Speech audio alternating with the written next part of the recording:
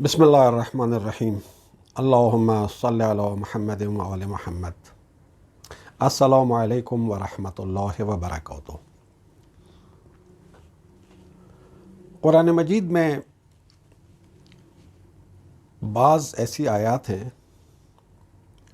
جنہیں لے کر کچھ لوگوں کے ذہنوں میں یہ تأثر پیدا ہو سکتا ہے یا تأثر پیدا کیا جاتا ہے کہ عورتیں مردوں کی نسبت کمتر درجے کی مخلوق ہیں، جبکہ یہ حقیقت نہیں ہے۔ انہی آیات میں سے ایک آیت کے بارے میں آج ہم گفتگو کریں گے۔ ہمیں کچھ بہت عزیز ایک مومن بھائی کی طرف سے یہ سوال موصول ہوا اس آیت کے بارے میں گفتگو کرنے کے لیے۔ آیت ہے سورہ زخرف کی، اور یہ آیت نمبر 18 ہے۔ سورہ زخرف آیت نمبر 43 اور اس کی آیت نمبر 18۔ عورت کے بارے میں ایک بات کہی جا رہی ہے، اَوَمَن يُنَشَّأُ فِي الْحِلْيَةِ وَهُوَ فِي الْخِصَامِ غَيْرُ مُبِينٍ، کہ عورتیں زیوروں میں پرورش پاتی ہیں، لیکن جب مقابلے کی باری آتی ہے تو وہاں پر ان کا کوئی کردار نہیں ہوتا۔ یُنَشَّأُ فِی الْحِلْيَةِ، پرورش پاتی ہیں حلیہ میں، زیور میں، وَفِی الْخِصَامِ غَیْرُ مُبِین، خصام کہتے ہیں مقابلے کو، اور خصم عربی زبان میں کہتے ہیں مدم مقابل کو، اپوننٹ کو۔ مولا علی کا جو آخری وصیت نامہ ہے، جو اپنے ضربت لگنے کے بعد بستر شہادت سے ارشاد فرمایا تھا نہج البلاغہ میں، مکتوب نمبر 47، اس میں مولا علی نے جو نصیحتیں بیان کی ہیں ان میں سے ایک یہ ہے کہ کونا للظالم خصماً، ظالم کے مقابلے میں کھڑے ہو جاؤ، ظالم کے خصم بن جاؤ، ظالم کے اپوننٹ بن جاؤ، وللمظلوم عونا، اور مظلوم کے مددگار بن جاؤ۔ جہاں آپ دیکھو کہ ظلم ہو رہا ہے، ایک ظالم ہے ایک مظلوم ہے، تو تم مظلوم کے ساتھی بن جاؤ اور ظالم کے خصم یعنی اس کے اپوننٹ بن جاؤ۔ تو خصم، اپوننٹ، خصام، مقابلہ۔ اب یہ جو خصام ہے، یہ جو مقابلہ ہے، یہ دو قسم کا ہو سکتا ہے۔ ایک میدان جنگ میں آپ تلوار لے کر اپنے دشمن کے سامنے کھڑے ہوئے ہیں، آج کل کے دور میں بندوق لے کر، ٹینک لے کر، توپ لے کر دشمن کے سامنے کھڑے ہوئے ہیں۔ جو دشمن ایک دوسرے کے سامنے کھڑے ہوئے ہیں وہ حالت خصام میں ہیں، ایک دوسرے کے خصم ہیں، ایک دوسرے کے اپوننٹ ہیں۔ اور دوسرے اس کے معنی یہ ہیں سفارتکاری میں، بحث میں، گفتگو میں، مذاکرات میں۔ عربوں میں عورتوں کو زمانہ جاہلیت میں مردوں سے بہت کمتر سمجھا جاتا تھا، اور انہیں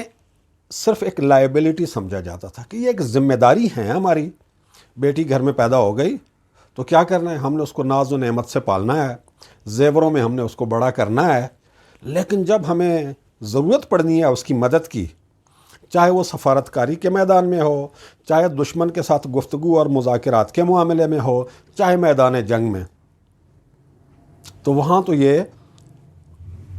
کوئی کردار ادا نہیں کر سکتی۔ غیر مبین، مبین کے معنی ہے ظاہر کرنا کسی چیز کو ظاہر کرنے کا جو ایک کیپیسٹی ہوتی ہے، جس کے اندر وہ کیپیسٹی ہوتی ہے اسے کہتے ہیں مبین، یعنی بیان کرنے والا، ایکسپریس کرنے والا، ایکسپوز کرنے والا اپنے آپ کو۔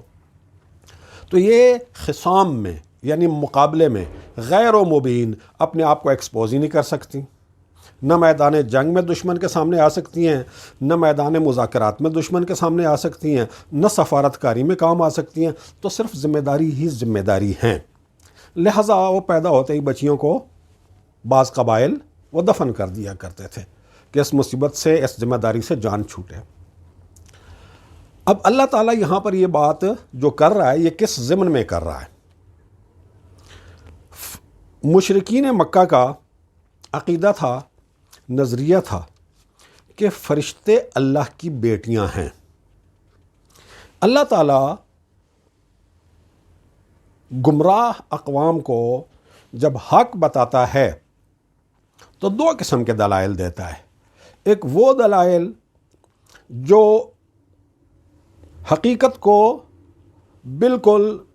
قابل قبول دلائل کی روشنی میں بالکل قابل قبول طریقے سے، کلیئر طریقے سے دوسروں کے سامنے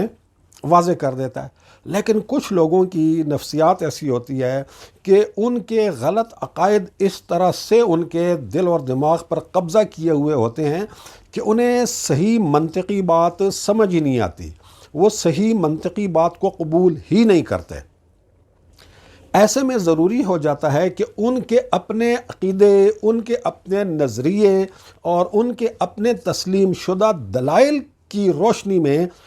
ان کے عقیدے کو غلط ثابت کرنے کی کوشش کی جائے۔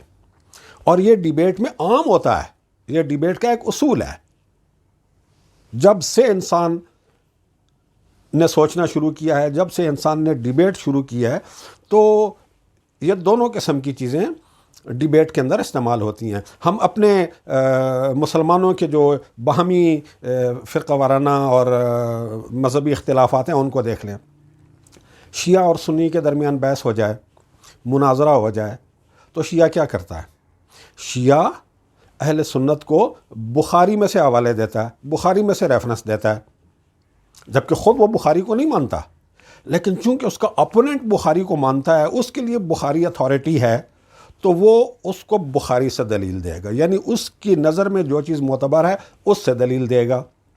اسی طرح سے ایک اہل سنت جو ہے وہ شیعہ کے ساتھ بحث کرتے ہوئے وہ شیعہ کو اصول کافی سے دلیل دے گا، حالانکہ خود وہ اصول کافی کو نہیں مانتا، اصول کافی اس کے لیے حجت نہیں ہے، لیکن چونکہ اس کے اپوننٹ کے لیے یعنی شیعہ کے لیے حجت ہے، اتھارٹی ہے، لہٰذا وہ اس کے ساتھ گفتگو میں وہ کافی میں سے اس کو دلیل دے گا، خود نہیں مانتا۔ تو اس قسم کے آرگومنٹ میں جب آپ مخالف کی منطق سے اس کو کنونس کرنے کی کوشش کرتے ہیں تو اس میں ضروری نہیں ہوتا کہ آپ خود بھی اس منطق سے ایگری کرتے ہوں۔ اب مشرکین مکہ کی منطق یہ تھی کہ عورتیں کمتر درجے کی ہیں، اور یہ ان کی ایک لاجک تھی کہ ناز و نعمت میں ان کو پالا جاتا ہے، ناز و نعمت سے ان کو پالنے کی ذمہ داری ہمارے اوپر آ جاتی ہے، لیکن جب ضرورت ہوتی ہے تو وہاں وہ کسی کام نہیں آتی ہیں، نہ میدان جنگ میں، نہ میدان مذاکرات میں، نہ میدان سفارتکاری میں۔ اس وجہ سے وہ عورتوں کو کمتر سمجھتے تھے، اور پھر فرشتوں کو اللہ تعالیٰ کی بیٹیاں کہتے تھے۔ اب اللہ تعالیٰ ان کے ساتھ یہی بات کر رہا ہے کہ تم فرشتوں کو اللہ تعالیٰ کی بیٹیاں کہتے ہو، اپنے لیے بیٹیاں پسند نہیں کرتے ہو، اللہ کے لیے تم بیٹیوں کے قائل ہو۔ تھوڑا سا پیچھے آ جائیں آیت نمبر 16 میں، بلکہ اس سے بھی پیچھے آ جائیں آیت نمبر 15 میں، وَجَعَلُوا لَهُ مِنْ عِبَادِهِ جُزْءًا۔ ان مشرکین نے کیا کیا کہ اللہ کے بندوں میں سے کچھ کو اللہ کا جز بنا لیا۔ اولاد انسان کی جز ہوتی ہے نا، میری اولاد میرا جز ہے، آپ کی اولاد آپ کا جز ہے، آپ کا ٹکڑا ہے، آپ کا پارٹ ہے۔ رسول اللہ نے فرمایا تھا فاطمہ تو بضعۃ منی، فاطمہ میرا ٹکڑا ہے۔ اولاد باپ کا جز ہوتی ہے۔ تو چونکہ انہوں نے فرشتوں کو اللہ کی بیٹیاں بنایا ہوا تھا، یعنی گویا فرشتوں کو اللہ کا جز سمجھتے تھے۔ اللہ تعالیٰ اسی پہ بات کر رہا ہے، وَجَعَلُوا لَهُ مِنْ عِبَادِهِ جُزْءًا۔ انہوں نے اللہ کے لیے اس کے بندوں کو اس کا جز بنا دیا ہے۔ إِنَّ الْإِنسَانَ لَكَفُورٌ مُبِينٌ، انسان سخت کھلم کھلا کافر ہے۔ أَمِ اتَّخَذَ مِمَّا يَخْلُقُ بَنَاتٍ وَأَصْفَاكُمْ بِالْبَنِينَ، کیا اللہ نے اپنی مخلوق میں سے اپنے لیے بیٹیاں چن لی اور تمہیں بیٹوں کے لیے چن لیا، خود بیٹیاں رکھ لیں اور تمہیں بیٹوں کے لیے چن لیا۔ وَإِذَا بُشِّرَ أَحَدُهُمْ بِمَا ضَرَبَ لِلرَّحْمَنِ مَثَلًا، اور جب ان میں سے کسی کو اس کی بشارت دی جاتی ہے جو وہ رحمان کے لیے قائل ہے، یعنی بیٹی کی، تو کیا ہوتا ہے؟ ظَلَّ وَجْهُهُ مُسْوَدًّا، تو غم اور غصے سے اس کا چہرہ سیاہ ہو جاتا ہے، وہ کظیم، سخت غصے کی حالت میں ہوتا ہے، غصے کے گھونٹ پی رہا ہوتا ہے کہ کیا ہو گیا، بیٹی پیدا ہو گئی ہے میرے گھر میں۔ کسی کو بتایا جاتا تھا کہ بھائی آپ کے گھر بیٹی پیدا ہوئی ہے، تو شدید غصے میں، غصے کے گھونٹ پیتے ہوئے اس کا چہرہ سیاہ ہو جاتا تھا۔ اللہ تعالیٰ یہ کہہ رہا ہے کہ تم میرے لیے بیٹیوں کے قائل ہو اور اپنے لیے بیٹے چاہتے ہو۔ اَوَمَن يُنَشَّأُ فِي الْحِلْيَةِ وَهُوَ فِي الْخِصَامِ غَيْرُ مُبِينٍ، اب یہ انہی کی منطق بیان کی جا رہی ہے کہ ناز و نعمت میں پلتی ہیں، زیوروں میں پلتی ہیں، اور خصام میں یعنی مقابلے میں، یعنی میدان میں، غیر و مبین، ٹھیک طرح سے پرفارم نہیں کر سکتی ہیں، اپنے آپ کو ٹھیک طرح سے ظاہر نہیں کر سکتی ہیں، اپنی قوتوں کو، اپنی صلاحیتوں کو، کسی چیز کو وہ ہمارے کام نہیں آ سکتی ہیں۔ وَجَعَلُوا الْمَلَائِكَةَ الَّذِينَ هُمْ عِبَادُ الرَّحْمَنِ إِنَاثًا، اور انہوں نے فرشتوں کو جو کہ خدائے رحمان کے بندے ہیں انہیں اناث یعنی بیٹیاں بنا لیا ہے، انہیں مؤنث سمجھتے ہیں۔ تو اب یہاں دیکھیے اللہ تعالیٰ ان کی منطق میں ان سے بات کر رہا ہے کہ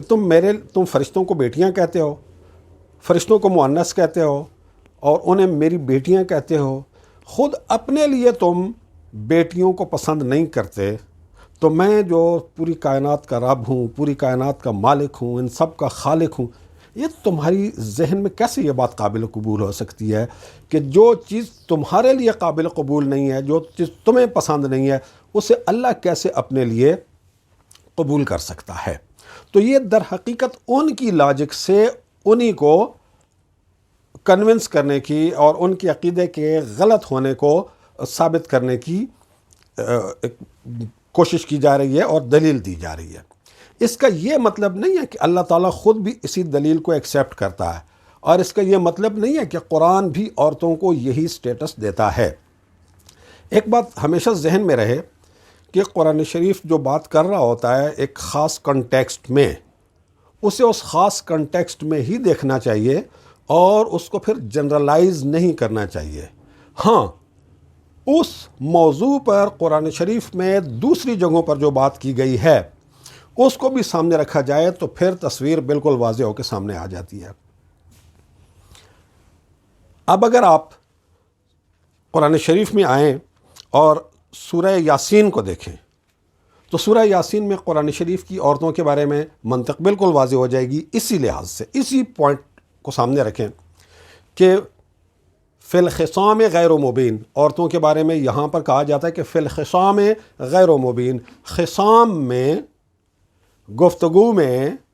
مذاکرات میں، سفارتکاری میں، میدان جنگ میں غیر مبین ہیں، یعنی ٹھیک طرح سے بیان نہیں کر سکتے، ٹھیک طرح سے اپنے آپ کو ظاہر نہیں کر سکتے۔ مشرکین کی منطق تھی، لیکن قرآن کی منطق کیا ہے؟ اللہ تعالیٰ سورہ یاسین کی آیت نمبر 77 میں ایک بات بتا رہا ہے انسان کے بارے میں۔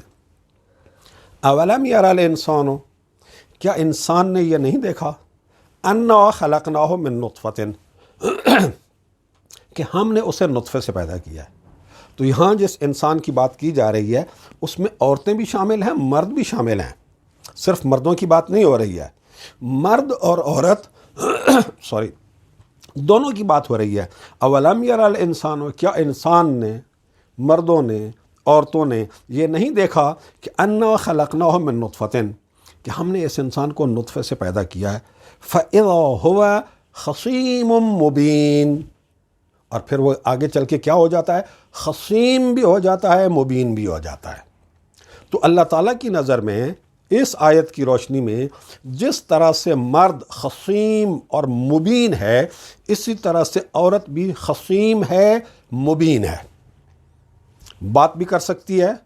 اور کسی اور میدان میں بھی اسے مقابلے کی ضرورت پیش آئے تو وہ مقابلہ کر سکتی ہے۔ جس طرح سے مرد کے اندر خصیم اور مبین ہونے کی صلاحیت موجود ہے، اسی طرح سے عورت کے اندر بھی خصیم اور مبین ہونے کی صلاحیت موجود ہے، اور اس معاملے میں مرد اور عورت میں کسی قسم کا کوئی فرق نہیں ہے۔ ہاں، جب مختلف معاشروں میں، مختلف خاندانوں میں تربیت ہوتی ہے تو اب یہ پوٹینشل تو دونوں میں ہے، مرد میں بھی ہے، عورت میں بھی ہے۔ آپ جس کی تربیت کریں گے، جس کا پوٹینشل نکھر کے سامنے آ جائے گا، وہ اسی حساب سے اس میں نمایاں ہوگا۔ اور اگر کسی کی حوصلہ شکنی کی جائے گی اور اس کو ایسے طریقے سے اس کی پرورش کی جائے کہ اس کی وہ فطری صلاحیتیں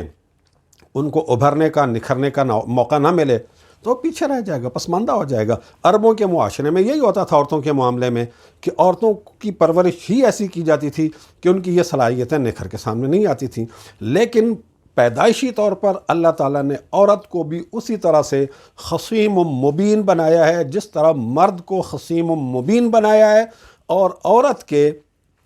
فی الخصام غیر و مبین ہونے والا نظریہ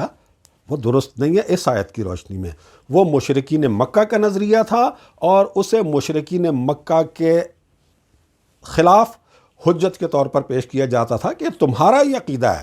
کہ وہ کمتر ہیں، تو جنہیں تم کمتر سمجھتے ہو اپنے لیے، انہیں خدا کے لیے کیسے تم نسبت دیتے ہو؟ اور پریکٹیکلی دیکھیں، اسلام نے ہمیں مثالیں دی ہیں۔ حضرت زینب سلام اللہ علیہ کا دیکھیے، کوفہ میں، کوفہ کے بازار میں، اور پھر ابن زیاد کے سامنے، ابن زیاد کے دربار میں، پھر شام کے بازاروں میں، اور پھر یزید کے دربار میں حضرت زینب سلام اللہ علیہ جس طرح سے بولی ہیں، جس طرح سے انہوں نے اپنے موقف کو بیان کیا ہے، اپنی حقانیت کو بیان کیا ہے، اس کے بعد کون کہہ سکتا ہے کہ اسلام کی نظر میں عورت جو ہے وہ غیر مبین ہو سکتی ہے؟ جن حالات میں حضرت زینب سلام اللہ علیہ نے اپنے مبین ہونے کا اظہار کیا ہے، ان حالات میں تو بڑے بڑے مرد بھی رہ جاتے ہیں پیچھے۔ دیکھیے، بعض اوقات آپ برابری کی سطح پر کسی کے ساتھ مذاکرات کر رہے ہیں، پاکستان اور انڈیا کے درمیان ٹینشن ہے، دو اور ملکوں کے درمیان ٹینشن ہے، ایک ملک کا وزیر خارجہ دوسرے ملک کے وزیر خارجہ کے ساتھ مذاکرات کر رہا ہے، چاہے ایک عورت ہے، چاہے ایک مرد ہے، چاہے دونوں مرد ہیں، چاہے دونوں عورتیں، بالآخر دونوں ایک پروٹوکول کے ساتھ، ایک عزت کے ساتھ، ایک احترام کے ساتھ برابری کی سطح پر بیٹھ کر آپس میں گفتگو کر رہے ہیں۔ لیکن حضرت زینب سلام اللہ علیہ کی حالت کیا تھی کہ ظاہری طور پر یزید فاتح تھا، ظاہری طور پر اہل بیت کی چھوٹی سی 72 افراد کی فوج شکست کھا چکی تھی، سارے مرد مارے جا چکے تھے، اور حضرت زینب سلام اللہ علیہ ظاہری طور پر ایک اسیر کے طور پر، ایک قیدی کے طور پر حکمران کے سامنے کھڑی ہیں۔ اب مرد بھی قیدی ہو نا تو جتنا بہادر ہو، جب وہ حکمران کے سامنے کھڑا ہوتا ہے تو اتنی جرأت سے نہیں بول سکتا جیسے حضرت زینب سلام اللہ علیہ بول رہی ہیں ابن زیاد کے سامنے اور پھر شام میں یزید کے سامنے۔ تو حضرت زینب سلام اللہ علیہ کے اس کردار کو دیکھیں تو صاف صاف نظر آتا ہے کہ عورت کے خصیم اور مبین ہونے کی جو بات جس طرح سے مرد کے لیے اللہ تعالیٰ بیان کر رہا ہے، عورت کے لیے بھی صادق ہے۔ اور مشرکین مکہ کا یہ نظریہ کہ عورت خصام میں غیر و مبین ہے، بالکل غلط ہے۔ اسی طرح سے حضرت فاطمہ سلام اللہ علیہ کا خطبہ آپ دیکھ لیں، جو آپ نے خلیفہ اول کے دربار میں مسجد نبوی میں دیا تھا۔ آپ اس خطبے کو دیکھیں، کتنا جاندار اور کتنا شاندار اور کتنا مضبوط اور کتنے دلائل سے بھرپور خطبہ ہے۔ اس خطبے کو دیکھ کر کون کہہ سکتا ہے کہ عورت جو ہے اسلام اسے فی الخصام غیر و مبین کہتا ہے؟ تو یہ دو مثالیں بہت نمایاں ہیں، اور بھی بہت ساری مثالیں اس لحاظ سے بیان کی جا سکتی ہیں۔ تو اللہ تعالیٰ نے مرد اور عورت کو یکساں طریقے سے صلاحیتیں عطا کی ہیں۔ اب جس معاشرے میں ہیں، اب معاشرہ کیسے انہیں اوپر لے کے آتا ہے اور کہاں ان کو سپریس کرتا ہے، یہ ہمارا اپنا معاشرتی اور تربیتی نظام ہے جو بعض صلاحیتیں اوپر لے جاتا ہے اور بعض کی صلاحیتیں نیچے لے آتا ہے۔ قرآن شریف نے اور بھی کئی مقامات پر مردوں اور عورتوں کے درمیان بالکل برابری کی بات کی ہے، کسی قسم کا امتیاز ان کے درمیان نہیں رکھا ہے۔ مثال کے طور پر آپ آئیے سورہ نحل، سورت نمبر 16 اور آیت نمبر 97، من عمل صالحا، جو کوئی بھی عمل صالح کرے گا، من ذکر او انثی، چاہے وہ مرد ہو چاہے وہ عورت ہو، وَهُوَ مُؤْمِنٌ اور وہ مومن ہو فَلَنُحْيِيَنَّهُ حَيَاةً طَيِّبَةً تو ہم اسے ایک پاکیزہ زندگی عطا کریں گے، آخرت کی پاکیزہ زندگی۔ اللہ تعالیٰ نے جتنا پوٹینشل مرد کو دیا ہے ایمان اور عمل صالح کا، ویسا ہی پوٹینشل عورت کو دیا ہے، اور یہ بالکل واضح کر دیا کہ اس معاملے میں ہم نے عورت اور مرد میں کوئی امتیاز نہیں رکھا ہوا۔ مرد اور عورت جو بھی عمل صالح کریں گے اور حالت ایمان میں ہوں گے تو اللہ تعالیٰ ان کو یکساں طریقے سے کیا کرے گا؟ حیاتاً طیبہ۔ اللہ نے یہ نہیں کہا کہ مرد کو زیادہ حیات طیبہ دی جائے گی، عورت کو کمتر درجے کی حیات طیبہ دی جائے گی، نہیں، اپنے اپنے ایمان کے درجات کے حساب سے جس درجے پر ایک مرد ہے اسی درجے پر ایک عورت ہے، جس درجے پر ایک مرد کے اعمال صالح ہیں اسی درجے پر اگر ایک عورت کے اعمال صالح ہیں تو ان کی حیات طیبہ بھی آخرت میں ایک ہی درجے کی ہوگی، اس میں اللہ تعالیٰ نے کسی قسم کا کوئی فرق نہیں رکھا ہوا۔ اسی طرح سے پھر آپ آ جائیے سورہ حجرات میں۔ سورہ حجرات میں اللہ تعالیٰ انسانوں سے بات کر رہا ہے، یا ایھا الناس، اے لوگو۔ تو ناس میں بھی مرد اور عورتیں دونوں شامل ہیں، مرد اور عورتیں دونوں شامل ہیں، اور اللہ تعالیٰ ان دونوں کو مخاطب کرتے ہوئے فرما رہا ہے، انا خلقناکم من ذکر و انثی، ہم نے تمہیں یعنی مردوں اور عورتوں کو، انسان کو پیدا کیا ہے ایک مرد اور ایک عورت سے، وَجَعَلْنَاكُمْ شُعُوبًا وَقَبَائِلَ لِتَعَارَفُوا، اور تمہیں قبیلے بنا دیا، تمہیں قومیں بنا دیا تاکہ اس ریفرنس سے تم ایک دوسرے کے ساتھ اپنا تعارف کرا سکو۔ ان اکرمکم عند اللہ اتقاکم، تم میں سے اللہ کی نظر میں سب سے زیادہ محترم اور مکرم وہ ہے جو سب سے زیادہ متقی ہے۔ یعنی اللہ کی نظر میں جو مقام ہے احترام کا، اللہ کی نظر میں جو مقام ہے تکریم کا، اللہ کی نظر میں جو عزت ہے وہ کیا ہے؟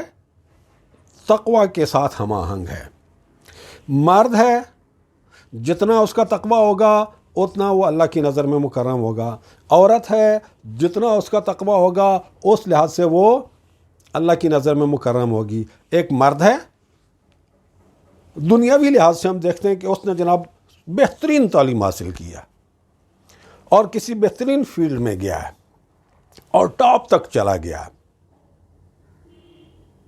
لیکن اس کے اندر تقوی نہیں ہے یا تقوی کم ہے۔ دوسری طرف ایک عورت ہے جس کی ظاہری تعلیم و تربیت بھی بہت کم ہے اور کسی پروفیشنل فیلڈ میں بھی اس کی کوئی اسپیشلائزیشن نہیں ہے، معاشرتی لحاظ سے بھی وہ کسی اونچے مقام تک نہیں پہنچی ہوئی ہے، کسی دیہات میں رہنے والی، کام خواندہ نا خواندہ، اس کو لے لیں، لیکن کیا ہے؟ اس کا تقوی اس مرد سے زیادہ ہے، تو اللہ کی نظر میں اس کا مقام بڑا ہے، اس کا مقام برتر ہے۔ ان اکرمکم عند اللہ اتقاکم، مرد اور عورت دونوں کے لیے اللہ تعالیٰ نے ایک ہی معیار رکھا ہوا ہے۔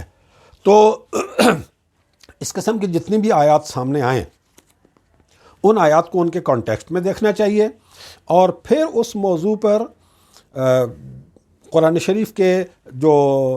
دوسرے مقامات ہیں ان کو بھی دیکھنا چاہیے تاکہ ساری صورتحال واضح ہو جائے۔ اب یہ جتنی ہم نے گفتگو کی ہے اس سے یہ بات بالکل واضح ہو جاتی ہے کہ اللہ تعالیٰ صرف مشرکین مکہ کے ان کے ایک غلط عقیدے کو غلط ثابت کرنے کے لیے ان کی اپنی ہی غلط منطق سے ان کو کنونس کر رہا ہے، اس لیے کہ صحیح منطق وہ سمجھنے کے لیے تیار ہی نہیں ہے، تو انہی کی منطق میں سے ایک بات لے کر ان کو غلط ثابت کیا جا رہا ہے۔ اور ڈیبیٹ میں، مکالمے میں، مناظرے میں یہ بالکل عام ہوتا ہے، اور سارے انسانی معاشروں میں سارے انسان اس طرح سے کرتے ہیں، یہ کوئی ایسی بات نہیں ہے۔ اس کا یہ مطلب بالکل نہیں نکالنا چاہیے کہ اگر کسی کی غلط بات کو اسی کے خلاف ایک دلیل کے طور پر پیش کیا جا رہا ہے تو پیش کرنے والا اسے قبول بھی کرتا ہے اور اس کو صحیح بھی سمجھتا ہے، ایسا نہیں ہے۔